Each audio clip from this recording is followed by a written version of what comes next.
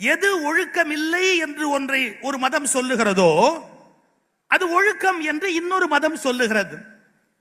நான் மதங்களுடைய பெயரை சொல்ல விரும்பவில்லை, வெறும் நெறிகளை மட்டும் சொல்லுகிறேன். வட்டி வாங்குவது ஒரு மதத்தின் கோட்பாடுபடி தவறு. அது எந்த மதம் என்று நீங்கள் யோசித்துக் கொள்ளுங்கள். வட்டி வாங்குவது ஒரு மதத்தின் படி தவறு. ஆனால் அசைவம் உண்ணுவது என்பது தவறல்ல. வானத்தின் கீழ் இருக்கிற எல்லா உயிர்களும் உங்களுக்காக படைக்கப்பட்டவை. நீங்கள் புரிந்து கொண்டிருப்பீர்கள் என்று நினைக்கிறேன். அசைவம் சாப்பிடுவது தவறல்ல, ஆனால் வட்டி வாங்குவது தவறு. இன்னொரு மதம் சொல்லட்டுமா? அசைவம் சாப்பிடுவது தவறு என்று அறிவித்தது, ஆனால் வட்டி வாங்கி ஒருவனை கொல்லுவது பாவம் என்று அந்த மதம் அவர்களுக்கு சொல்லவில்லை. வட்டிக்கு வட்டி வாங்குவது கூட குற்றம் இல்லை, ஆனால் அசைவம் சாப்பிடுவது குற்றம் என்று ஒரு மதம் சொல்லி இருக்கிறது. மது அருந்துவது குற்றம் என்று பல மதங்கள் சொல்லி இருக்கின்றன. மது அருந்துவது ஒரு மதத்தில் சடங்கு, அது ஒரு நோன்பு, அது அனுமதிக்கப்பட்ட ஒன்று மதத்தின் அளவிலேயே. நான் எந்த மதம் என்று சொல்லவில்லை. மது அருந்துவது ஒரு மதத்தில் அனுமதிக்கப்பட்ட ஒன்று. ஒரு பெண்ணுக்கு மேல் திருமணம் செய்வது முறையல்ல என்று ஒரு மதம் கண்டிக்கிறது. நீங்கள் இரண்டாவது பெண்ணை திருமணம் செய்தாலும் அது கடவுளுக்கு விரோதம் இல்லை என்று ஒரு மதம் சொல்லுகிறது. நீங்கள் கொஞ்சம் யோசித்து பார்க்க வேண்டும். ஒரு மதம் எதை அறம் என்று சொல்லுகிறதோ அதை இன்னொரு மதம் ஒப்புக்கொள்ளவில்லை. உங்களுக்கு இருக்கிற சிக்கல் என்ன என்று கேட்டால், அப்படியானால் நான் எந்த அறத்தை பின்பற்றுவது? இப்ப நான் இதை விட ரொம்ப உங்களுக்கு லாபகரமா ஒரு யோசனை சொல்லலாம்.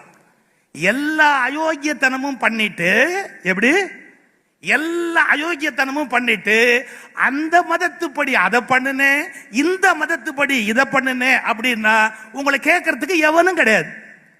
எப்படி ரெண்டாம் கல்யாணம் பண்ணும்போது அந்த மதம், வட்டி வாங்குற போது இந்த மதம், அசைவம் சாப்பிடுற போது இந்த மதம், நான் உலகத்தின் எல்லா மதங்களையும் பின்பற்றுகிற உத்தமன்னு நீங்க சொன்னா உங்களை கேள்வி கேட்கறதுக்கு ஆள் கிடையாது.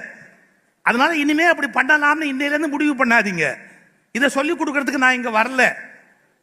ஆனா எங்க ஐயன் திருவள்ளுவன் மட்டும்தான் ஒரு வார்த்தை சொன்னா, ஏய் ஒன்னு ஒழுக்கமா தர்மமா அப்படிங்கறதெல்லாம் உன்னுடைய மத புஸ்தகத்தை எடுத்து தேடாத.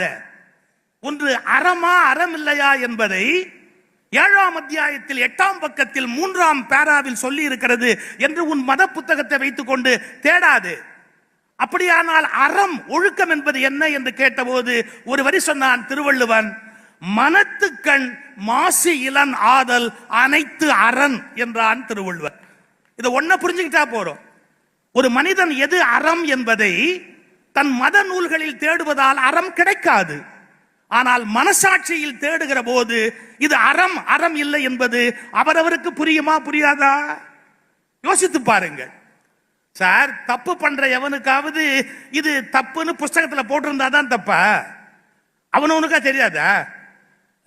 2 பேரு பேங்க்ல திருட போனான். அவன் திருடன்லயே ஹோல்சேல் திருடன். பேங்க்ல போய் திருட போனான். பேங்க்ல இருந்து திருடிட்டு வரும்போது பணத்தை எடுத்துட்டு வந்து ஒரு காட்டுக்குள்ள போய் ஒளிஞ்சுக்கிட்டான். அப்போ ஒருத்த கேட்டான், எவ்வளவு எடுத்திருக்கிறோம்னு எண்ணி பார்க்கலாம்னா, நம்ம எடுத்திருக்கிறது எவ்வளவுன்னு எண்ணி பார்க்கலாம். அதுக்கு ஒரு திருடன் அருமையான பதில் சொன்னான், எதுக்குடா அனாவசியமா நாம கஷ்டப்படணும், நாளைக்கு பேப்பர்ல போடுவான், டிவியில சொல்லுவாங்க, நாம எதுக்கு இதை எண்ணிக்கிட்டு இருப்பானு, பேப்பர்ல போடுவான் நாளைக்கு அப்படின்னா. சரி, ராத்திரி பொழுது போகாட்டி என்ன பண்றதுன்னு எண்ணி பார்த்தா 57 லட்சம் இவனுக்கு எடுத்துட்டு வந்திருக்காங்க பேங்க்ல இருந்து. மறுநாள் இவன் 2 பேர் பேப்பர் எடுத்து பார்த்தா வங்கியில் 65 லட்சம் கொள்ளை அப்படின்னு போட்டிருந்தான். எனக்கு கீழே விழுந்ததை இன்னொருத்தன் எடுத்துன்னு போட்டான். இவனுங்க எடுக்கும் போது கீழே விழுந்தது இல்ல, அதெல்லாம் ஒருத்தர் எடுத்துட்டு என்ன நினைச்சா, எப்படியும் அவனுங்களை தான் சொல்ல போறான், அதோட இதையும் சேர்த்து சொல்லலாம் அப்படிங்கிற ஐடியால அவன் பாட்டுக்கு எடுத்துட்டு போயிட்டான். இந்த 2 திருடனும் பேசிட்டான், அயோக்கிய பய, எவன் பணத்தை எவன் கொள்ளையடிக்கிறது, 8 லட்சம் ரூபாய் ஆட்டையை போட்டானுங்க பாரு, திருட்டு பயலுக உருப்பிடுவானா அப்படின்னா. நல்லா தெரிஞ்சுக்கங்க, திருடுகிறவனுக்கு கூட திருடுவது தவறு என்பது மனசாட்சிக்கு தெரியும்.